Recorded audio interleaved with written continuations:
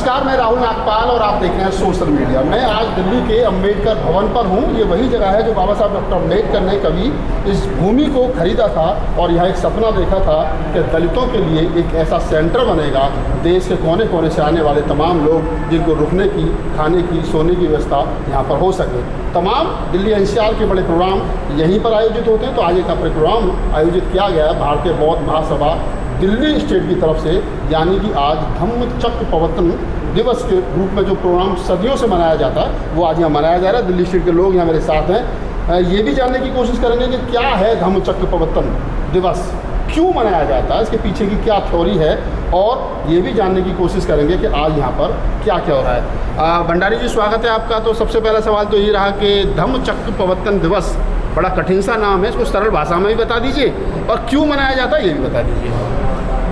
देखिए, सबसे पहले तो मैं सभी को जय भीम नवोदय और आपके चैनल को बहुत बहुत धन्यवाद और आप बधाई, क्योंकि आप सामाजिक और धार्मिक क्षेत्र में आप काम करते रहते हैं और हमारा जो मैसेज है वो पहुंचाते रहते हैं। आपने हमारा जो आज का कार्यक्रम है ये है धम्मचक्र प्रवर्तन दिवस।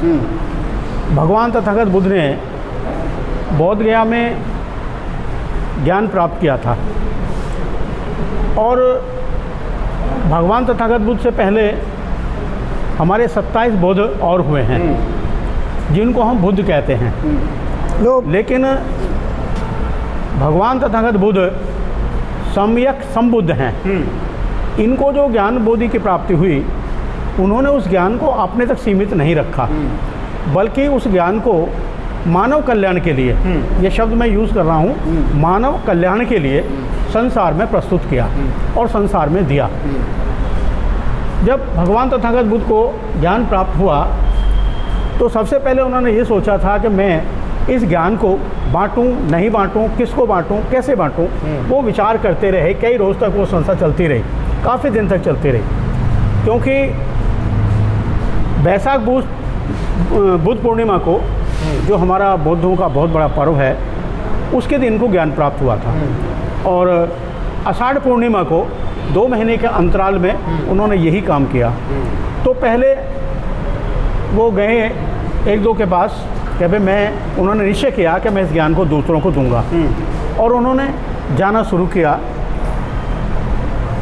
तो ये फिर उसके बाद उनको कहानी याद आई कि वो 5 श्रामेण जो थे, जिसे हम हिंदू धर्म के पुजारी या पांडे कुछ भी कह सकते हैं, उनके पास वो भगवान तथा जब तो वो थे गौतम थे, सिद्धार्थ गौतम थे, तो उनके वहाँ रहे थे। और कुछ रहने के बाद उनको वहाँ कुछ ज्ञान की प्राप्ति नहीं हुई। उन्होंने सोचा कि भाई यहाँ मेरा रहना ठीक नहीं है। तो सबसे पहले उन्होंने सोचा कि भाई मैं पहले उन्हीं के पास जाऊँ जो तपस्वी, 5 को छोड़ दिया था, जिनको छोड़ दिया था। ये कहते था कि मतलब पथभ्रष्ट हो गया, पता नहीं क्या। हाँ, पथभ्रष्ट हो गया और इसको कुछ नहीं सीखना है। लेकिन उसकी थ्योरी अलग थी। जो भगवान तथागत बुद्ध हैं वो कुछ जानना चाहते थे, वो सच्चाई जानना चाहते थे संसार की। मानव क्यों कष्ट उठाता है, क्यों मानव कष्ट में रहता है, वो कुछ जानना चाहते थे। और ये जो दूसरे लोग थे उस समय, बहुत सारे संप्रदायी लोग थे, बहुत सारे संप्रदाय थे, ये अपने भी तपस्या में लीन थे। कोई नंगा रहता था, कोई पानी में खड़ा रहता था, कोई आग में खड़ा रहता था, आग के बीच में खड़ा रहता था, बहुत सारी चीज़ें हैं वो करते थे। लेकिन भगवान बुद्ध इससे सहमत नहीं थे। तो उन्होंने सबसे पहले सोचा कि मैं वहीं उनको ज्ञान प्राप्त, और वो सारनाथ में गए और सारनाथ में जा करके उनको सबसे पहला ज्ञान दिया। और सबसे पहला ज्ञान उन्होंने कहा कि संसार में दुख है, दुख से सभी प्राणी हैं, दुखी हैं। चाहे तो जन्म लेता है मनुष्य तो भी दुखी है, मरता है तो भी दुखी है, अमीर है तो भी दुखी है, गरीब है तो भी दुखी है, मतलब दुख है। उन्होंने सबसे बड़ा कारण निकाला कि दुख है, और इस दुख का फिर कारण भी है। कारण है तो उसका कुछ उपाय भी होता है, उपाय भी है और तो उसका फिर निवारण भी है। तो ये उनका पहला उपदेश था। दुख है तो कारण है तो निवारण है। कारण है नहीं, दुख है तो कारण है, हाँ। कारण है तो उसका वो भी है, निवारण के लिए आधार भी है, और तब उसके बाद आधार नहीं होगा तो निवारण नहीं होगा। तो आधार उसका है और उसके बाद उसका निवारण है, तब उसका निवारण है, और निवारण है तो फिर निर्वाण है, तो फिर निर्वाण है। तो उन्होंने यही कहा कि मनुष्य संसार में दुख है, दुख का कारण है, इसीलिए मनुष्य जो है दुखी रहता है। तो ये पहला उपदेश भगवान तथागत बुद्ध ने उन 5 श्रामवीरों को दिया था। आज के दिन दिया था। आज के दिन दिया था, तो इसलिए ये पर्व क्यों मनाया जाता है? आषाढ़ पूर्णिमा को दिया था।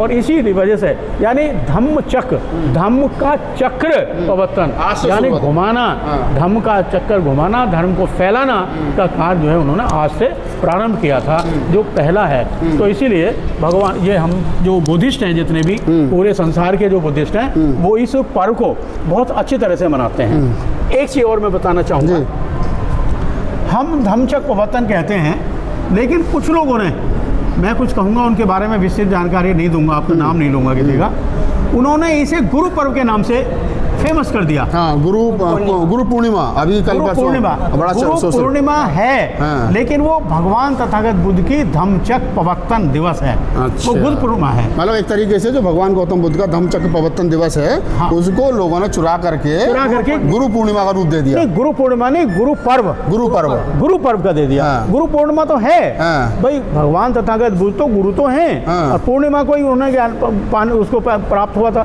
तो उन्होंने उपदेश भी अपना दिया था, जब सबको उपदेश दिया था, तो इसीलिए गुरु पर्व तो है, लेकिन इन्होंने जो है उसको गुरु के दूसरे चक्कर में लगा दिया, और इनको अपने बाबा जी ऋषि मुषि बैठ करके मतलब जो भी आडंबर है उन्होंने उसको किया। लेकिन वास्तविकता ये है, हकीकत ये बौद्धों का धम्मचक्र प्रवर्तन दिवस है, जिसे हम गुरु पूर्णिमा के नाम से जानते हैं। अच्छा, एक सवाल और ले लेते हैं भंडारी जी आपसे कि आज के दिन, चलो उस समय तो तथागत बुद्ध ने अपने जो उनके साथी थे या शिष्य थे, जो भी गए उनको ज्ञान दिया था, दुख है कारण, जो भी आपने बताया। आप लोग क्या करते हो आज के दिन? आप भी लोगों को धम्म के बारे में बताते हो, क्या करते हो आप लोग अभी पर्व मना करके? जो अभी मैंने आपको बताया है वही हमारे विद्वान आएंगे और इसी संदर्भ में लोगों को बताएंगे, ज्ञान प्राप्त होता है। जो तथागत बुद्ध को ज्ञान प्राप्त होने के बाद में ज्ञान दिया था उसी को आसान भाषा में लोगों को समझाएंगे, बताएंगे कि भगवान तथागत बुद्ध जो वो ये चाहते थे और इस पर लोगों को चलना चाहिए। बिल्कुल ऐसे ही है।